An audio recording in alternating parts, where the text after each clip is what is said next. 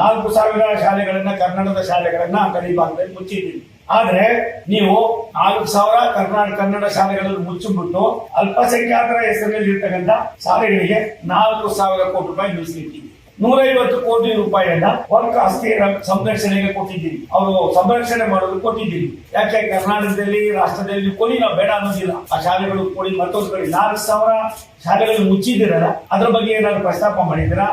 ಅದನ್ನ ಏನ್ ಮಾಡ್ಬೇಕು ಅಂತ ಹೇಳಿದ್ರಿ, ಅದ್ರ ಬಗ್ಗೆ ನೀವೇನನ್ನು ಕೊಟ್ಟಿಲ್ಲ. ಅದಲ್ಲದೆ ನೀವು ಉರ್ದು ಸುಮಾರು ಅದರ ಹಾಗೂ 100 ಕೋಟಿ ರೂಪಾಯಿ ಉರ್ದು ಶಾಲೆಗಳಲ್ಲಿ ಖರ್ಚು ಮಾಡೋದು ಇಟ್ಟಿದ್ದೀರಿ. ನಮ್ಮ 4,000 ಶಾಲೆಗಳನ್ನ ಮುಚ್ಚಿದ್ದೀರಿ.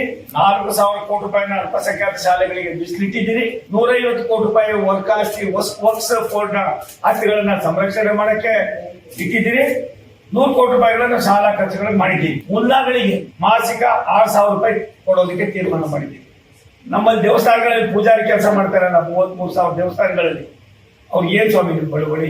ಯಾವ ಇದು ಯಾತಕ್ಕೋಸ್ಕರ ಒಂದು ಒಬ್ಬರನ್ನ ಇದು ಮಾಡಿ ಸಮತೋಲನ ಮಾಡ್ತಕ್ಕಂಥದ್ರೊಳಗೆ ಅಸಮಾನತೆಯನ್ನ ಯಾಕೆ ಮಾಡ್ತಕ್ಕಂಥ ಕೆಲಸವನ್ನು ಮಾಡ್ತೀರಿ?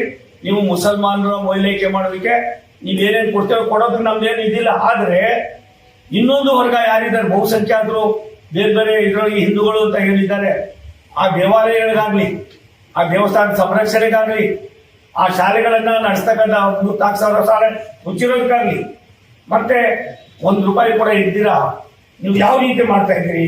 4,000 ಶಾಲೆಗಳನ್ನ ಕನ್ನಡದ ಶಾಲೆಗಳನ್ನ ಗಡಿ ಭಾಗದಲ್ಲಿ ಮುಚ್ಚಿದ್ದೀರಿ. ಆದ್ರೆ ನೀವು 4,000 ಕನ್ನಡ ಶಾಲೆಗಳನ್ನು ಮುಚ್ಚಿಬಿಟ್ಟು ಅಲ್ಪಸಂಖ್ಯಾತರ ಹೆಸರಿನಲ್ಲಿ ಇರ್ತಕ್ಕಂಥ ಶಾಲೆಗಳಿಗೆ 4,000 ಕೋಟಿ ರೂಪಾಯಿ ಮೀಸಲಿಟ್ಟಿದ್ದೀವಿ. 150 ಕೋಟಿ ರೂಪಾಯಿಯನ್ನ ವರ್ಗ ಆಸ್ತಿ ಸಂರಕ್ಷಣೆಗೆ ಕೊಟ್ಟಿದ್ದೀವಿ. ಅವರು ಸಂರಕ್ಷಣೆ ಮಾಡೋದು ಕೊಟ್ಟಿದ್ದೀವಿ.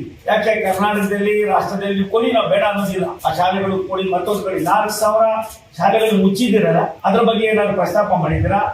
ಅದನ್ನ ಏನ್ ಮಾಡ್ಬೇಕು ಅಂತ ಹೇಳಿದ್ರಿ, ಅದ್ರ ಬಗ್ಗೆ ನೀವೇನನ್ನು ಕೊಟ್ಟಿಲ್ಲ. ಅದಲ್ಲದೆ ನೀವು ಉರ್ದು ಸುಮಾರು ಅದರ ಹಾಗೂ 100 ಕೋಟಿ ರೂಪಾಯಿ ಉರ್ದು ಶಾಲೆಗಳಲ್ಲಿ ಖರ್ಚು ಮಾಡೋದು ಇಟ್ಟಿದ್ದೀರಿ. ನಮ್ಮ 4,000 ಶಾಲೆಗಳನ್ನ ಮುಚ್ಚಿದ್ದೀರಿ. 4,000 ಕೋಟಿ ರೂಪಾಯಿನ ಅಲ್ಪಸಂಖ್ಯಾತ ಶಾಲೆಗಳಿಗೆ ಮೀಸಲಿಟ್ಟಿದ್ದೀರಿ. 150 ಕೋಟಿ ರೂಪಾಯಿ ವರ್ಕ್ಸ್ ಫೋರ್ಡ್ ಆಸ್ತಿಗಳನ್ನ ಸಂರಕ್ಷಣೆ ಮಾಡಕ್ಕೆ ಇಟ್ಟಿದ್ದೀರಿ. 100 ಕೋಟಿ ರೂಪಾಯಿಗಳನ್ನ ಶಾಲಾ ಖರ್ಚುಗಳಿಗೆ ಮಾಡಿದ್ದೀವಿ. ಮುಲ್ಲಾಗಳಿಗೆ ಮಾಸಿಕ 6,000 ರೂಪಾಯಿ ಕೊಡೋದಕ್ಕೆ ತೀರ್ಮಾನ ಮಾಡಿದ್ದೀವಿ. ನಮ್ಮಲ್ಲಿ ದೇವಸ್ಥಾನಗಳಲ್ಲಿ ಪೂಜಾರಿ ಕೆಲಸ ಮಾಡ್ತಾರಲ್ಲ, 33,000 ದೇವಸ್ಥಾನಗಳಲ್ಲಿ ಅವ್ರಿಗೆ ಏನ್ ಸ್ವಾಮಿ ಬಳುವಳಿ? ಯಾವ ಇದು ಯಾತಕ್ಕೋಸ್ಕರ ಒಂದು ಒಬ್ಬರನ್ನ ಇದು ಮಾಡಿ ಸಮತೋಲನ ಮಾಡ್ತಕ್ಕಂಥದ್ರೊಳಗೆ ಅಸಮಾನತೆಯನ್ನ ಯಾಕೆ ಮಾಡ್ತಕ್ಕಂಥ ಕೆಲಸವನ್ನು ಮಾಡ್ತೀರಿ?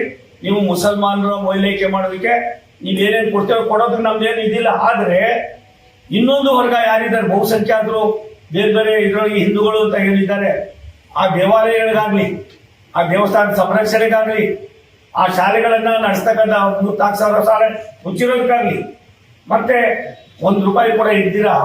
ನೀವು ಯಾವ ರೀತಿ ಮಾಡ್ತಾ ಇದ್ದೀರಿ?